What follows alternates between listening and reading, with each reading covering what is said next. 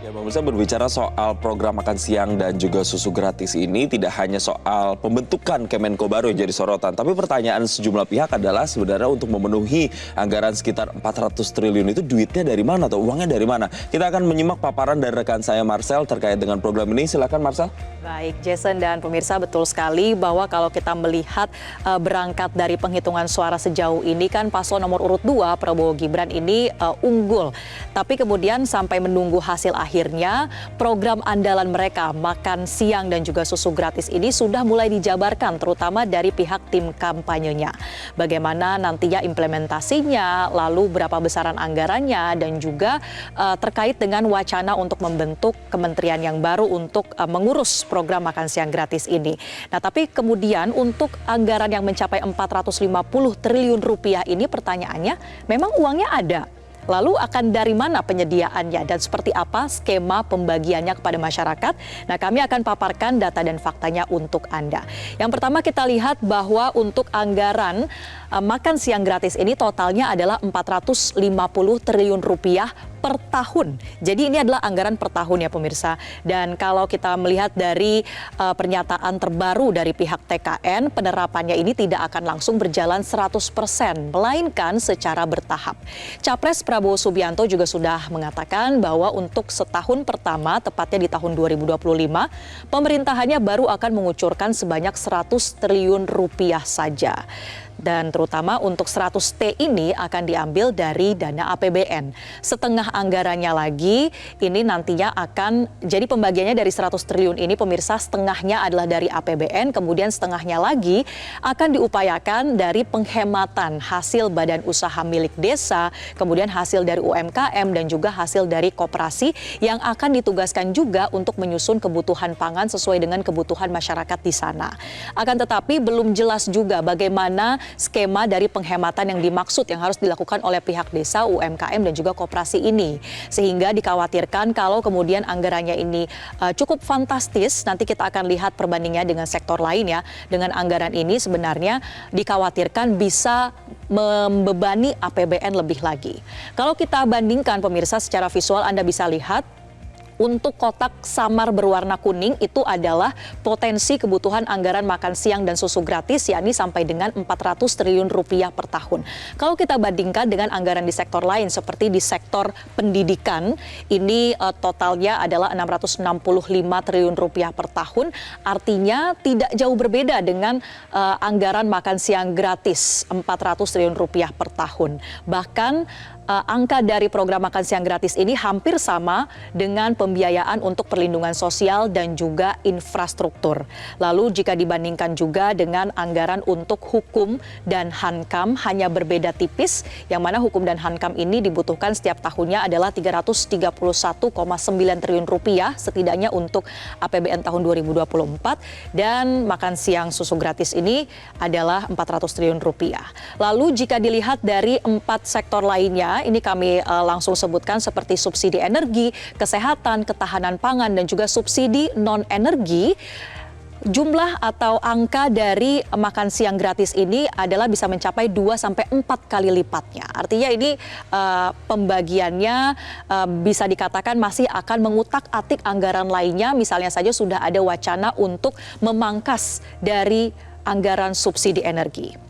Lalu pertanyaan berikutnya pemirsa, siapa sebetulnya sasaran dari program makan siang gratis ini? Ternyata di tahapan pertamanya, program makan siang gratis diprioritaskan untuk wilayah 3T atau wilayah tertinggal, terdepan, dan terluar di Indonesia.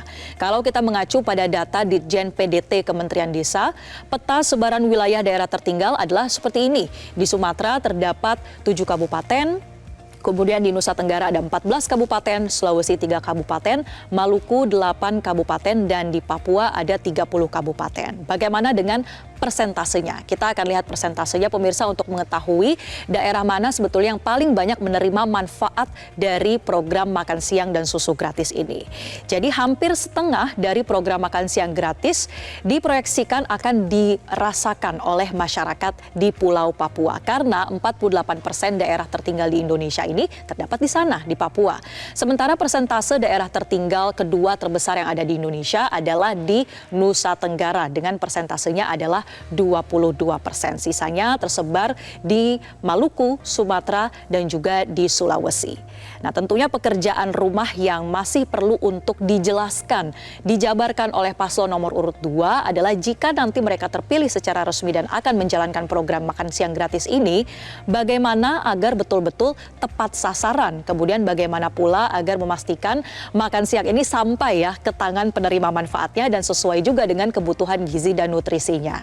Jadi seperti itu data dan faktanya, kami masih akan lanjutkan perbincangan terkait program makan siang gratis ini bersama Jason. Silakan Jason. Baik, ternyata dari paparan tersebut masih banyak sejumlah pertanyaan yang harus dijawab. Kita lanjutkan kembali kalau gitu perbincangannya bersama dengan Pak Ahmad. Saya mau langsung tanya Pak Ahmad. Tadi kita sudah bahas nih, udah masuk ke anggaran 450 triliun. Anggarannya bakal hampir sama dengan anggaran jaminan sosial begitu atau perlindungan sosial yang tadi sudah disampaikan oleh rekan saya Marcel. Pertanyaannya, apakah anggaran ini terlalu besar begitu lewat program makan siang dan juga susu gratis dengan ekspektasinya atau harapannya bisa mengurangi stunting, kemiskinan dan juga gizi buruk? Ya, karena kan kalau saya lihat dari sisi anggaran dengan cara begini ya itu akan menyedot banyak sekali alokasi. Maka cuma dua kemungkinan nanti, kurangi anggaran-anggaran yang lain, kemudian berikutnya kalau kurang ya tingkatkan jumlah hutang pemerintah untuk menambah itu. Kenapa? Karena tax ratio kita sendiri kan sekarang menurun ya, pertumbuhan pajak kita juga belum tentu drastis gitu. Nah itu yang kemudian harus dirancang oleh si perencanaan dari pemerintahan berikutnya. Pasti akan mengurangi dari beberapa agenda yang strategis. Di antara yang strategis itu mana yang paling strategis, mana yang harus dikorbankan untuk makan siang gratis ini. Kalau cara membiayainya seperti itu, menurut saya sih itu pilihan-pilihan semua ya. Yang jadi masalah Jason, bagaimana menjalankan program ini, karena ini bagian dari pelayanan, dia harus sampai pada tujuan, bagaimana mekanisme komplainnya, apa standar layanannya, dan terakhir mengukur apakah memang dalam jangka waktu menengah atau dalam jangka waktu sekian tahun ke depan itu bisa punya feedback berupa dampak pertumbuhan ekonomi juga yang bisa menyebabkan kita juga bisa punya penerimaan untuk membiayainya kembali. Itu yang harus dipikirkan oleh para perencana. Nggak gampang kalau mau menjalankan, dan semua negara yang melakukan ini juga tidak melakukan cover penuh ya. Baik. Biasanya prioritas pada unit-unit pendidikan yang tertinggal atau kota-kota yang nggak tertinggal. Jadi menurut saya sih pasti akan jadi pikiran tertentu untuk ini nanti. Begitu Baik. Jason. Ada anggaran-anggaran nanti yang harus kemudian dialokasikan dan kemudian yang juga berseliweran begitu di media dan juga masuk ke redaksi kami adalah terkait dengan adanya upaya untuk bisa mempertimbangkan memotong subsidi energi. Apakah kemudian ini juga sepadan? Kita akan bahas Pak Ahmad dan juga Dr. Tan usai jeda berikut ini. Kami lanjutkan perbincangannya sesaat lagi. Jelajahi cara baru mendapatkan informasi. Download Metro TV Extend sekarang.